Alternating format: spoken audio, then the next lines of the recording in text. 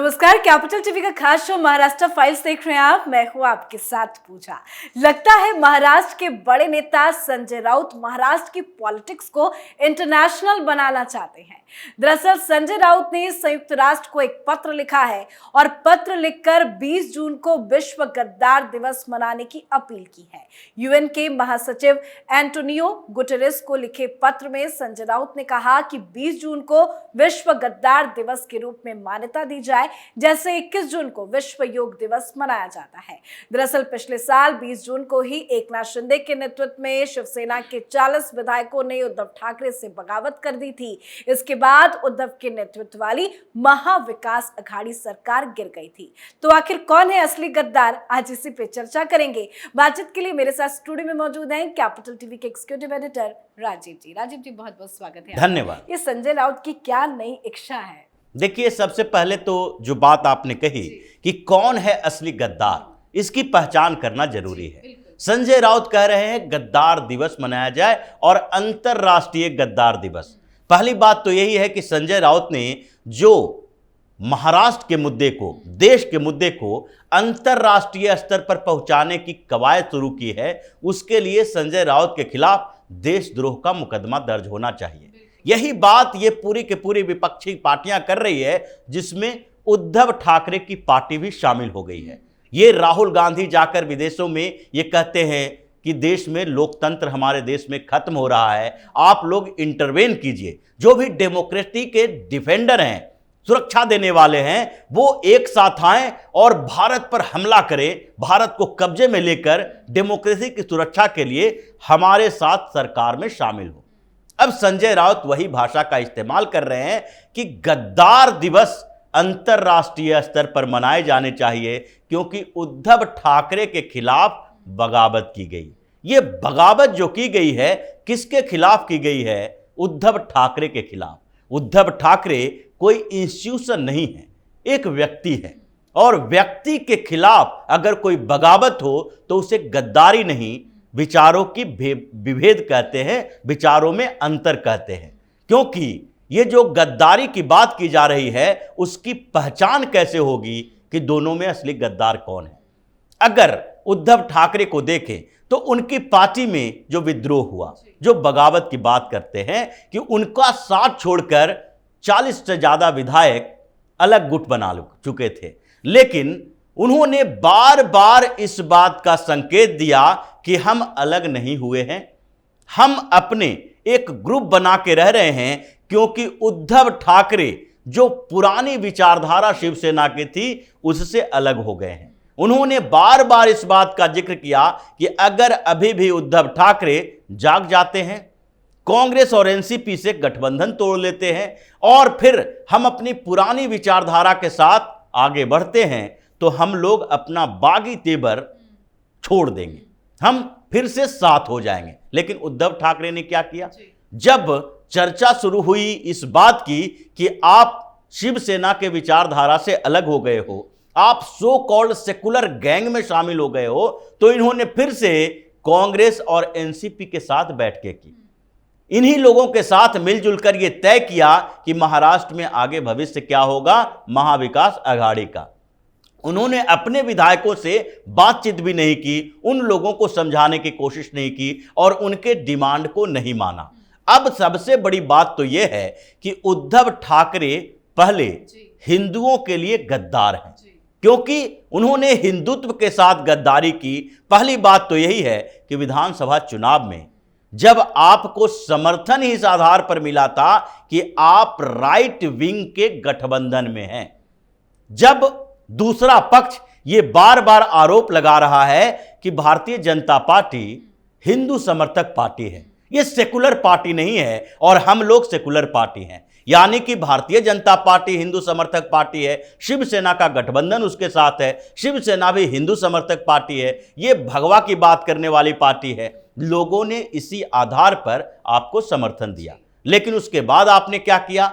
चुनाव होने के बाद सीएम के पद पर बनने के लिए आपने उन हिंदुओं के साथ गद्दारी की, जिन्होंने सिर्फ और सिर्फ इस आधार पर वोट किया था कि आप विकास के साथ, विचारधारा के साथ चलेंगे। विकास की गति अपनी दिशा में है और विचारधारा अपने तरीके से चलती है। और आपको समर्थन जो दिया गया था उस विचारधारा के आधार पर ही दिया गया था। और ये वो विधायक जानते हैं जिन्होंने उद्धव ठाकरे का साथ छोड़ा।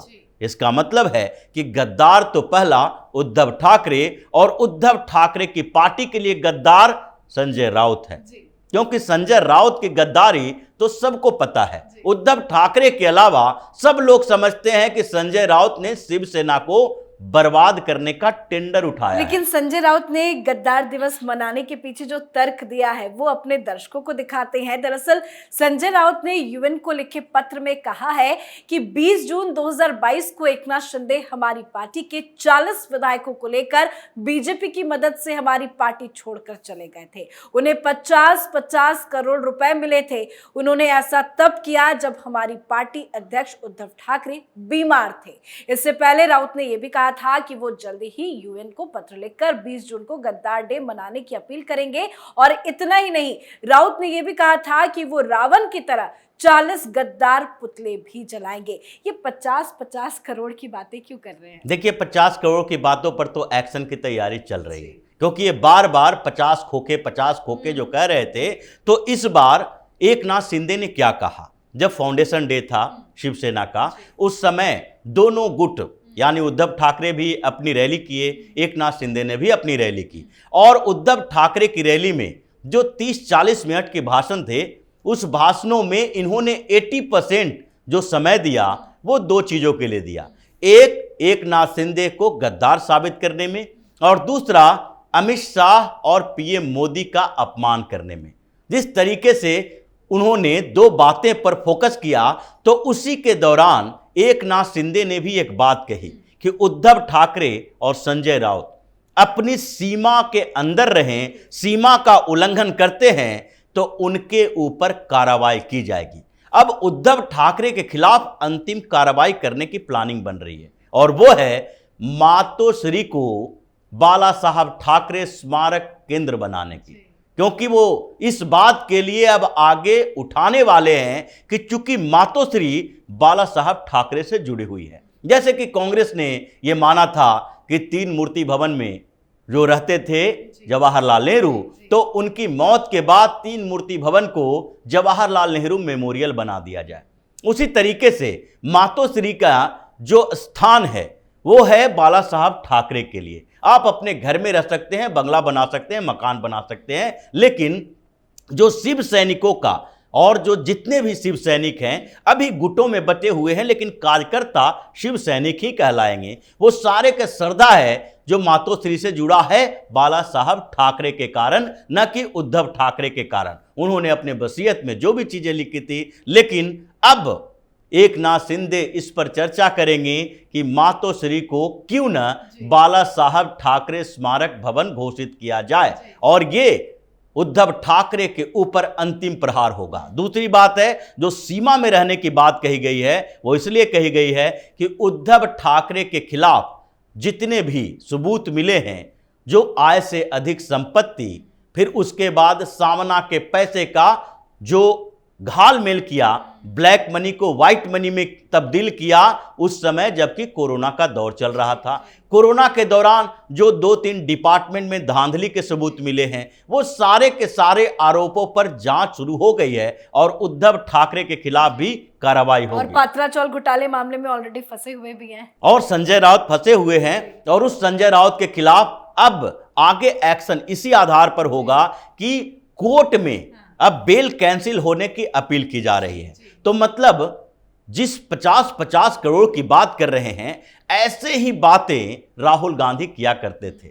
और सबसे पहले उन्होंने चौकीदार चोर है की बात करनी शुरू की, कुछ समय तक शांत रहा गया, उसके बाद मीनाक्षी लेखी सुप्रीम कोर्ट चली गई, और उन्होंने जो आरोप लगाया उसके बाद राहुल गांधी को पहली बार में इंस्ट्रक्शन देके छोड़ दिया गया। वो सुधरे नहीं, आज 2 साल की सजा मोदी सर ने मामले में है। उसी तरीके से अब संजय राउत के खिलाफ भी होने वाला है, जो बार बार 50 करोड़ कहते हैं। उस मामले में अब केस दर्ज होगा, और जो पहले से घोटाले के केस हैं वो तो चलते रहेंगे। इस मामले में भी इनके ऊपर जो मुकदमा दर्ज होगा उसमें सजा होनी लगभग तय है। गद्दारी की सजा तो मिलनी ही चाहिए। बिल्कुल। बहुत बहुत धन्यवाद सर समझाने के लिए। धन्यवाद। तो संजय राउत की एक चिट्ठी ने महाराष्ट्र में सियासी हलचल पैदा कर दी है। संजय राउत ने संयुक्त राष्ट्र के सेक्रेटरी जनरल को पत्र लिखकर 20 जून को विश्व गद्दार दिवस घोषित करने की मांग की है। पर असली गद्दार कौन है, अब आप अच्छे से समझ गए होंगे और ऐसे गद्दारों पर कार्रवाई भी बेहद जरूरी है। आप अपनी राय कमेंट करके जरूर लिखें। देखते रहिए कैपिटल टीवी। नमस्कार।